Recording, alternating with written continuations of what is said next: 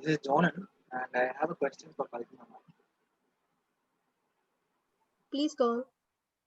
So, what were some adaptability things which you did, flexible things which you did during this COVID time at your place organization?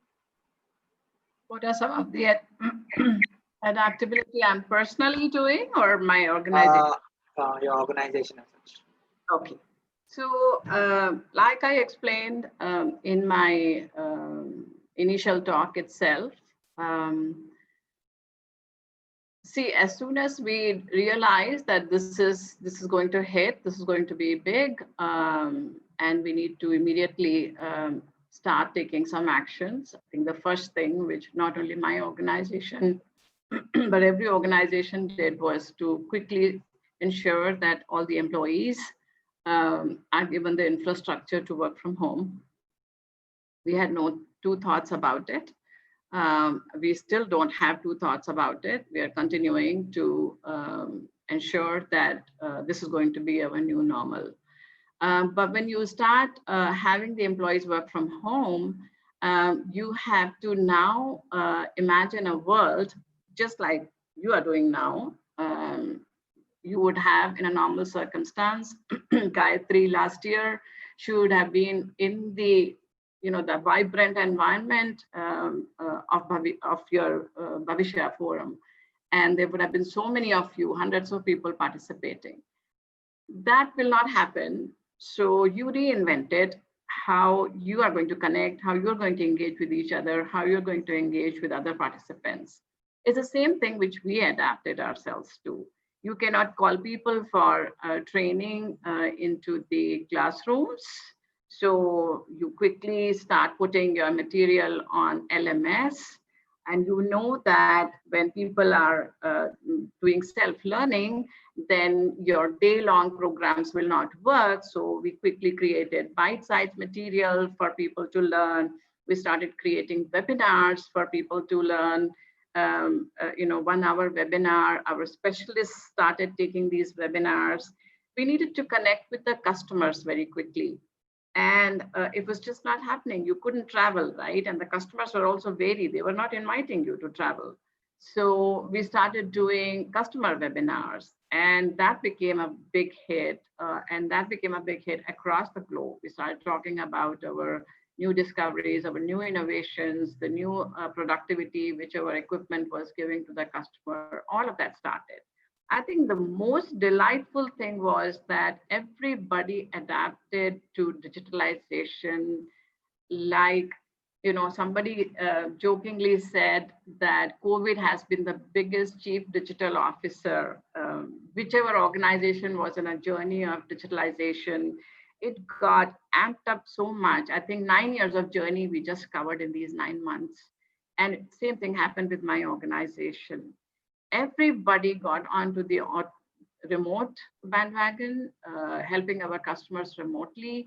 We were able to commission things remotely. We were able to install things remotely with the help of customers and with the help of all the analogous instruments which we had over there, the remote monitoring instruments which we had. We were able to repair. We were able to ensure that the customers don't have downtime of their machinery. So all of this we were able to do just by thinking digital. So a lot of these adaptabilities, and people also realize that their work is not going to be the same. I give you an example of from HR, where my learning team, my OD team quickly got onto the digitalization mode. My recruitment team quickly got on digitalization because when lockdown hit, we already had 40 people we had to onboard. And onboarding was a very physical process. Your bankers came, this one came, your security people, your safety people, your induction, etc. All of that overnight, my recruitment team arranged in a digital way. All we did was, the only physical thing which was done was reaching the laptop to the new joinees. But other than that, everything was done remotely. I even hired my region president remotely, and he joined us on 3rd of September. And even his onboarding was all done on the e-platform. And it's business as usual for us. But yeah, I think in every aspect, there was adaptability and flexibility. There was just no moment when we said, oh, what do we do now? What do we do now? And we sit back. I think the only function which suffered was the employees who left us, their benefits, their social security, gratuity processing and PF processing, because government machinery shut down for some time. So that was the only aggravating thing, which was not in our control. But whatever was in our control, I think there was huge adaptation. Long answer to your short question. But well explained, ma'am. Thank you very much for that. Thank you, Jonan. Hi, ma'am. I'm Kirtana. So I have a question for Kalpana, ma'am. So as you were saying that it's been business as usual for your organization, and that the customers, have been served, and everybody got adapted to it virtually to run the business as usual. But at any point of time, was there any dip in the engagement or the performance level of the employees since it's digital? So if we are talking about adapting remotely, it's both sides. It's also the business and also the employee side. So was there any dip in the performance or the engagement levels? And if there was, what was done to prevent it or to overcome it? Sure, very good question. Definitely. So initially, when you have this work from home situation, it's a very, very delightful thing to happen, because now you're with your family, now you're with your children, now you're with your parents, and it was very exciting time, initial few weeks. After a few weeks, we did a survey of our employees. How is it working? How is this remote working situation working? How is your interaction with your managers? And we asked similar question to managers: how is your interaction with your employees? It was a huge change. And while they were extremely happy with the work from home situation, and they wanted this kind of flexibility to continue even after COVID, one of the things which came to our notice was 60% to 65% of our employees felt that they had this feeling of isolation. They had this feeling of seclusion, because the entire community at office, the water cooler chats, the peer learning, the gossiping, you need to vent out about your manager, or you need to vent out about a bad customer. All of that stopped, right? Because how do you do that remotely? I mean, you can only gossip for so long remotely. So that happened. For the managers, some of the insecure managers, it was a different syndrome. They just needed to have this control that their employees are constantly working, that they're online, and you can be online, but you may not be working. But that was just something which we had to train our managers very quickly, that stop this activity-based kind of requirement and very quickly turn into results, the outcomes. Gayatri talked about tasks. Tasks are easily done when you are in a physical setting. You keep getting tasks. But we had to very quickly move our managers from that activity task orientation to outcome orientation. What do you want from this person? How many customers do you want him to get in touch with, in how long? So you're absolutely right, Kirtana. It was not business as usual in month 1 or month 2. It was business as usual after 4 or 5 months, when we were able to iron out all of these edges and train our managers and train our employees that have a logical start to your day and have a logical stop to your day. Because work from home also made some of the employees a little less accountable and a little less responsible. So there's a lot of coaching and there's a lot of counseling which had to be done for some of the employees. So I would say now it's a new normal in my organization. But in all of this, I think the employees ensured, the managers ensured that the customers did not suffer. So I think that was a big win for us. Yeah, have I answered your question? Yes, ma'am. Thank you so much. Okay, Kirtana. Hi, ma'am. This is Bhavishya Lakshmi. My question is: we've all been talking about the digital new normal and everything, adaptability. My question was always on how we're going to adapt after the pandemic. So most of the people have been comfortable sitting at home and working. They've been adapted to that environment. So how is the organization going to bring the people again to the organization and give the same level of productivity and everything? Is the organization already planning on these, or if they are planning, what are the strategies that they can use so that the employees come out of their home, come out of their comfort zone, and be again adapted to the same environment that they've been for so long? Okay, very good question. First of all, I'm sure Gayatri will agree with me also. First of all, they're not in their comfort zone. They are at home, but they're not in their comfort zone. I think for most people, this working from home has been very, very, very hard because it took time for them to use this flexibility productively. It took some time to negotiate with your managers that, listen, I'm working with someone sitting in Australia. Their hours are different. My hours are different.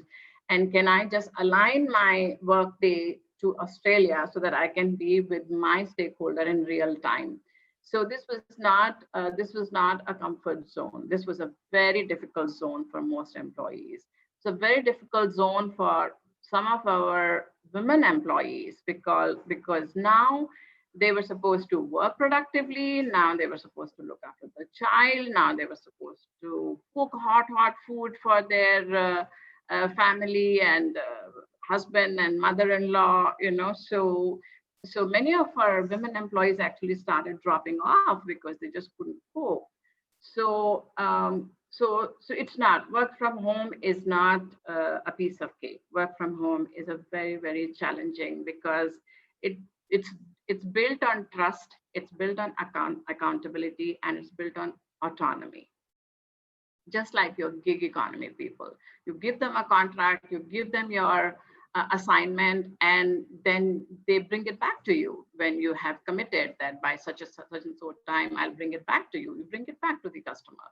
It's the same kind of contract you have to have with your employees. You have to ensure that you are giving them their personal space. You do not set up meetings at hours which are unearthly. You do not set up, do not eat into their lunch time. So all of this training we had to give, that you reset how you manage your people. You have to have more contact. That does not mean micromanaging, but you have to have more contact with employees. If you were having reviews with them once a week, maybe you can have daily 15-minute catch up. Has everything gone okay or not? Things like that. I think most important thing which we had to train was how do we collaborate interfunctional? Because many people, especially when you're working in the same location, you have the luxury of going and walking across and talking to your stakeholder and saying, hey, prioritize this, hey, prioritize that. So very meticulous planning, so that very meticulous SLAs between functions, the service level agreements, so that you don't have this follow up and you don't have this, reprioritizing kind of a culture. So there are a lot of small cultural shifts which we had to start training people on. There are a lot of cultural shifts we are still training people on. People are still wary. Is it working? Is it not working? There were employees we had to say, sorry, this is not working. You need to start coming to office because you're just not able to discipline yourself and just not able to deliver what you're supposed to deliver. So, so we are still going through that journey. We are still tweaking our methods, but we are very sure that post-pandemic, our flexi working will continue because it's very good for employees. It's very good for organization in terms of higher productivity. We are clearly measuring and seeing it, and it's very good for the environment. And sustainability is our purpose for FL Smith. We have a mission called Mission Zero, which is about zero pollution, but we are into a lot of sustainable solutions. So sustainability is key, and this is helping sustainability. So it's good for employees, it's good for the organization in terms of controlling costs, it's good for sustainability. So for us, there is no going back to pre-pandemic way of working. Thank you. Sure. Hello everyone. My question is to Gayatri. how was your study different from your work culture, and how were you able to relate your study to the work culture? And did you follow some strategy or policies for that?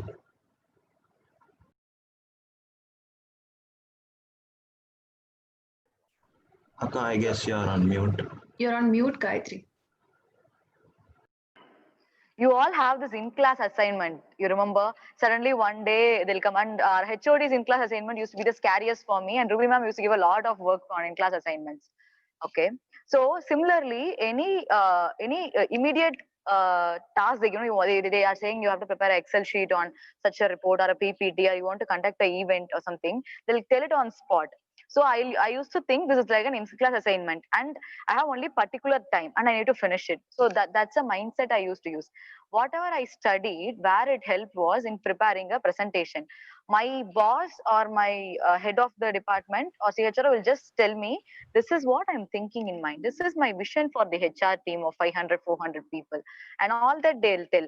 So for me, I will remember what all is there in my subject, where all I can Google this. I'll know what is the topic I should Google to get my content, where I can get my content, in which subject I studied. So that's the only thing I was able to remember. Later on, I'll do Google and do it.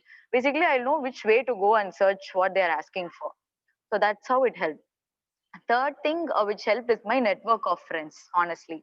All of my classmates, seniors, and all, they were in different organization. When we want to do a benchmark study of we want to find out what's the policy in the other organization and all, I'll just call up my friends, seniors, and other department friends. They used to help me, and it's the vice versa. It used to help. And also we have the presentations, group presentations happening in our college. Always our faculties will ask us to do the internal group presentation. Okay. Similarly, within our team, will be 10 to 15 of us. 10 to 15 of them will be there in other teams. Mine was an individual contributor role. So in my team, usually, if there's 5 also, I'll only have to do with boys. So I was able to quickly find out, okay, this person will not anyways do. I'll have to back up for this person. This presentation, the other team will do better. So I need to plan it accordingly. So that particular activity of presentation will be a regular activity in our organization. 2 months at least, they'll ask to make a presentation on way forward of your recruitment team, way forward of your talent engagement experience and all. So being in group and individual also, you'll be able to, not just me, you will be able to handle that presentation better than other college students. So that way, that's how all the activities we are doing in our college, that will be transcended in a different way in our workplace. Small activities. And similar, you all have a guide for you for your project, for your internship and all. Similarly, the guide will be replaced by our boss.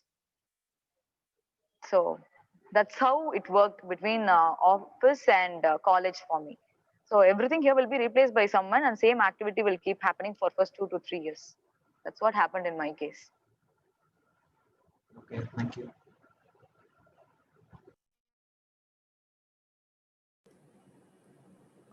So people, we have few more questions, but due to time constraint, let's end this interaction session. If you guys have any more questions, please send it to the forum committee. They'll find the answers for your questions. Thank you. Thank you, Mrs. Kalpana Ganesh ma'am and Gayatri ma'am for taking the time to answer our questions. It has really helped us to understand the situation, see the big picture and clarify our position. Thank you, ma'am. Thank you so much. Thank you for inviting. Bye-bye. All the best, all of you. Thank you. Thanks. Had good time with you guys. We'll catch up soon in college sometime.